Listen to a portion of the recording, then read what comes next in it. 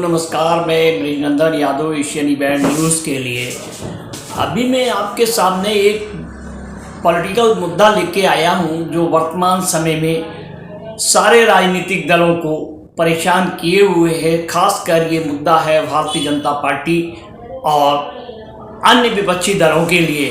लेकिन अन्य विपक्षी दलों में जो भारतीय जनता पार्टी के लिए सबसे ज़्यादा परेशान करने वाला मुद्दा है वो है कि शूद्र जाति से निकलने वाला ये वाक्य जो है समाजवादी पार्टी के सीनियर नेता ये स्वामी प्रसाद मौर्य जो अब वर्तमान में एमएलसी हैं और जनरल सेक्रेटरी है पार्टी के, उनके द्वारा जो रामचरितमानस में शूद्र जात का मुद्दा उठाया गया। रामचरितमानस में जो तुलसीदास जी ने जो लिखा है, तुलसीदास जी ने कहा है, ढोल गमार शूद्र पसनारी सकल ताड़ना के अधिकारी।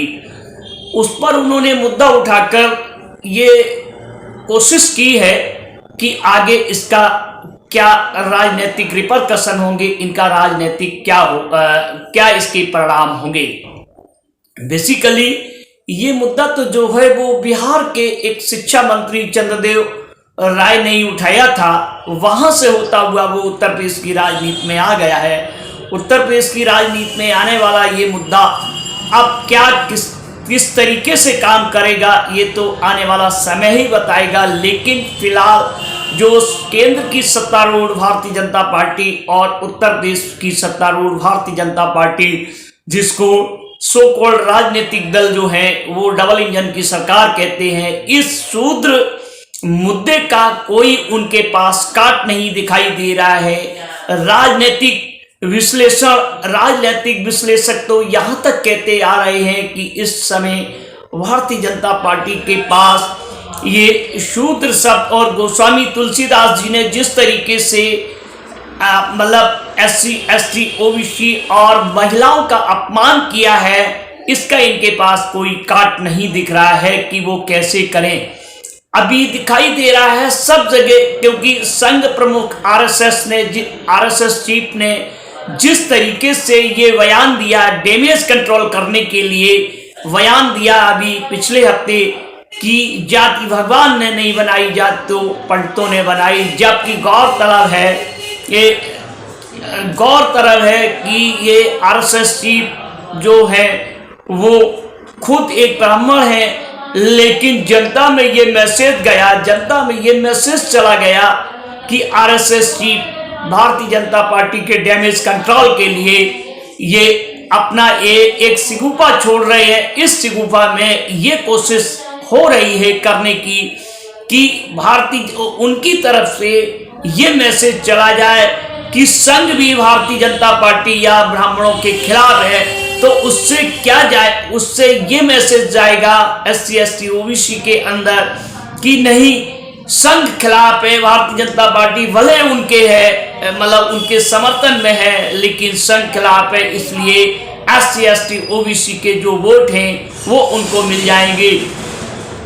गौरतलब है ये भी देखने में आया है कि SC ST OBC के जो लोग हैं उनकी भारतीय जनता पार्टी की सरकारों में क्या स्थिति है।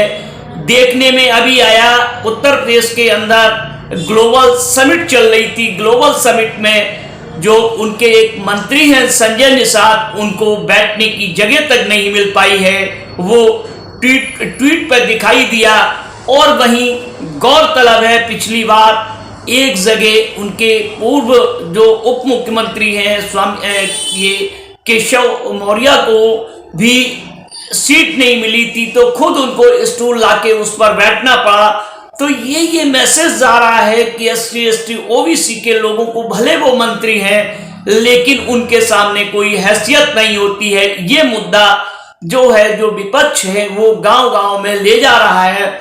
और अभी स्वामी प्रसाद मौर्य की गाड़ी पर उनके काले झंडे फेंके गए, स्याही फेंकी गई। तो इससे यह मैसेज चला जा रहा है कि कम से कम ये लोग अपमानित करते हैं, इस तरीके के वर्ग को अपमानित करते हैं।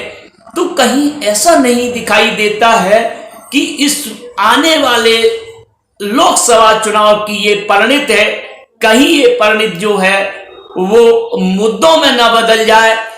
ये SC ST OBC बनाम अगड़ा बनाम पिछड़े में न बदल जाए। वहीं एक तीसरी राजनीति की धारा है बहुजन समाज पार्टी। लेकिन बहुजन समाज पार्टी का जो कोर वोट है वो अब ये समझने लगा है कि हमारा जो नेता है, हमारा नेता अघोषित रूप से भारतीय जनता पार्टी के साथ हाथ मिलाए हुए है। और देखने में भी ऐसा आया है कि बहुजन समाज पार्टी की सुप्रीमो जो है वो बाद में बात तो ट्विटर पे ही करती हैं, कहीं उनका अपने वोटर के लिए कहीं उनका कोई विकल्प नहीं, कहीं उनका कोई मतलब समाधान नहीं, केवल ट्विटर पर 4 लाइनें लिख दी जाती हैं।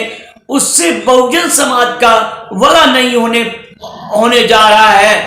अभी कल रविवार के दिन मध्य प्रदेश की राजधानी भोपाल में एक बहुजन सम्मेलन हुआ जिसमें SC ST पिछड़े लोगों की भागीदारी अत्यधिक दिखाई दी। उससे मध्य प्रदेश के अंदर भी एक चुनावी समीक्षा होने जा रही है, चुनाव होने जा रहा है इस साल के अंत में।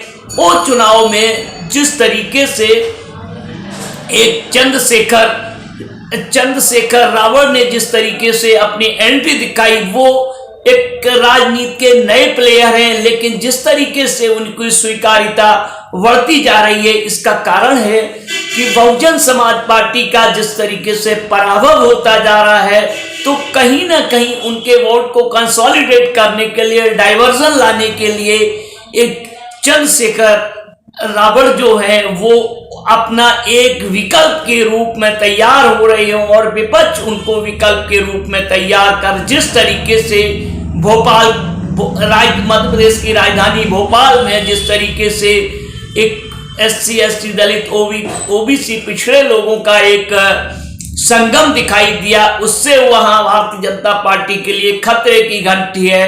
लेकिन वहां उसके बाद 2024 में लोकसभा का चुनाव है, उत्तर प्रदेश में भी पूरे देश में लोकसभा का चुनाव है। लोकसभा चुनाव को देखते हुए जिस तरीके से भारतीय जनता पार्टी और उनके लोगों को ये दिखाई देने लगा, संघ जो उनकी पैरेंटल संस्था है संघ को भी दिखाई देने लगा है, ये मुद्दा आसान नहीं है। इस मुद्दे से को एक ठंडे बस्ते में डालना आसान नहीं दिखाई दे रहा है और विपक्ष को भी दिखाई दे रहा है कि अगर भारतीय जनता पार्टी की हिंदू कार्ड का अगर कोई मुद्दा है तो वो SC ST OBC बहुजन की अगर बात करेंगे, SC ST OBC की बात करेंगे तो वही मुद्दा है। अब अन्य पार्टियों जो अगले वर्ग के लोग हैं, राजनीति करने वाले लोग हैं, उनको जरूर चिंतित होना पड़ रहा है कि वो अब कहां किस रूप में अपना राजनीतिक स्थिति की समीक्षा करें और राजनीतिक रणस्थली बनाएं। लेकिन ये तो अपनी अपनी रणनीति सभी राजनीतिक दल चल रहे हैं 2024 को लेके, वहीं इस रणनीति पर लेकिन आखिर लगाना तो जनता को ही मोहर है, जनता किसके साथ है। लेकिन ये जरूर सामने देखने में आ रहा है कि भारतीय जनता पार्टी ये शूद्र के मुद्दे को लेकर सशंकित जरूर है, उसका संघ परिवार भी सशंकित है। आखिर ये कितनी दूर तक जाएगा मुद्दा और इससे क्या राजनीतिक फलितार्थ होंगे, ये तो आने वाला समय ही बताएगा।